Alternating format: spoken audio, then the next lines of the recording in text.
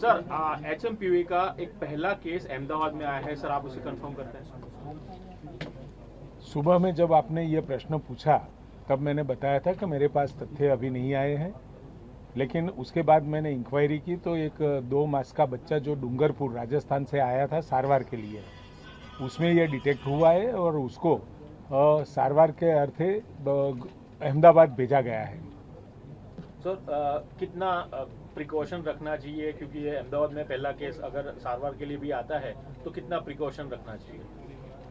Covid के time पे भी जो डूज एंड डोंट्स जो दिए गए थे उस हिसाब से ये संक्रमण जो फैलता है तो वो ऐसे छींकने से या हवा से, फिर बहुत सारे हाथ धोना है, किसी के संपर्क में जिसको भी हुआ है तो उससे नहीं आना है, वगैरह वगैरह जो भी है वो हमें उसका पालन करना है। SOPs और जो गाइडलाइन है क्या क्या करना है क्या क्या नहीं करना है वो राज्य सरकार की ओर से ये SOP भी जारी होगी, शायद आज ही हो जाएगी। सर, राज्य सरकार के द्वारा कोई अलग से व्यवस्था की जा रही है इस वायरस को पहुंचने के लिए? इसमें कोई पैनिक होने की अभी ज़रूरत नहीं लगती है, क्योंकि यहाँ से अपने जो केंद्रीय संस्था है उसकी तरफ से अभी कोई एडवाइजरी जारी नहीं की है, लेकिन उस पर सावचेती बरतने की वो वहाँ से सूचना दी गई है। इस हिसाब से राज्य सरकार भी सभी तरह की सावधानियाँ बरत रही है और अपने गुजरात में तो जितने अवेलेबल बेड है वो भी मोर देन इनफ है। वेंटिलेटर, बेड, ऑक्सीजन व्यवस्था, ये सब व्यवस्था है ही, लेकिन ऐसी कुछ भी जरूरत नहीं पड़ेगी और पैनिक होने की भी जरूरत नहीं। सर, तो कोरोना वायरस जब आया था तभी भी सरकार यही कह रही थी कि पैनिक होने की जरूरत नहीं, लेकिन जिस तरह से वो फैला लोगों के अंदर, तो ये जो नया वायरस है क्या वो भी कोरोना वायरस जैसा ही फैलता है या फिर संक्रमित ज्यादा लोग नहीं होते? इससे क्या कहेंगे आप? इसमें अभी कोई एडवाइजरी या उसके बारे में कुछ केंद्र सरकार की ओर से बताया नहीं गया है, लेकिन फिर भी सावधानी बरतने की हिदायत तो केंद्र सरकार और अपनी जो संस्था है उसने दी है।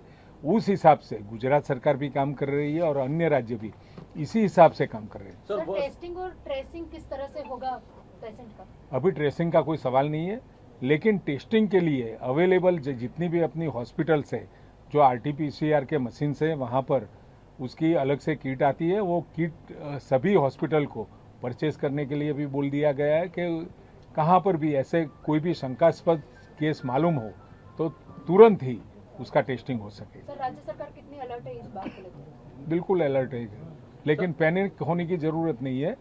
राज्य सरकार उसके लिए सभी सावधानियां बरत रही है, राज्य सरकार तैयार भी है, लेकिन मैं जनता से अपील करना चाहूंगा कि इसमें कोई पैनिक होने की जरूरत नहीं है। सर अगर ये आगे परिस्थिति खराब होती है, हम एक वर्ष में वर्ष सोच लेते हैं, अगर खराब होती है तो हमारी ओर से क्या क्या तैयारियां हैं? मैंने पहले भी बताया आपको, सरकार की ओर से हर संभव ये संक्रमण अगर वर्स्ट से वर्स्ट केस में ये होता है तो पूरी तैयारी है, लेकिन ये कोविड जैसा कोई मामला नहीं है। कोविड समय अलग है, अलग था, अलग है, अभी भी है। दुनिया के अंदर कई सारे देश में कोविड का संक्रमण आज भी है, लेकिन अपने भारत में उसको हम पूरा करने में सक्षम रहे हैं।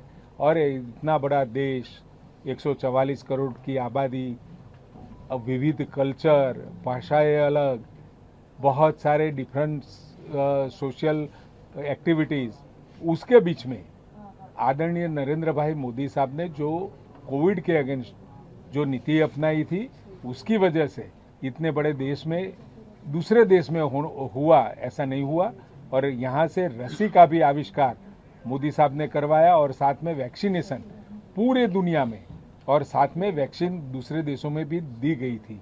ये हमारे लिए एग्जाम्पल है। पूरी दुनिया के लिए आरोग्य विभाग, केंद्र सरकार बहुत ही उदाहरण रूप प्रस्तुत किया है। सर, फॉरेन से आ रहे हैं जो टूरिस्ट आ रहे हैं, उनकी कोई स्क्रीनिंग की जाएगी, ऐसी कोई व्यवस्था या कोई गाइडलाइन है? अभी केंद्र सरकार की तरफ से कोई एडवाइजरी जाहिर नहीं की है।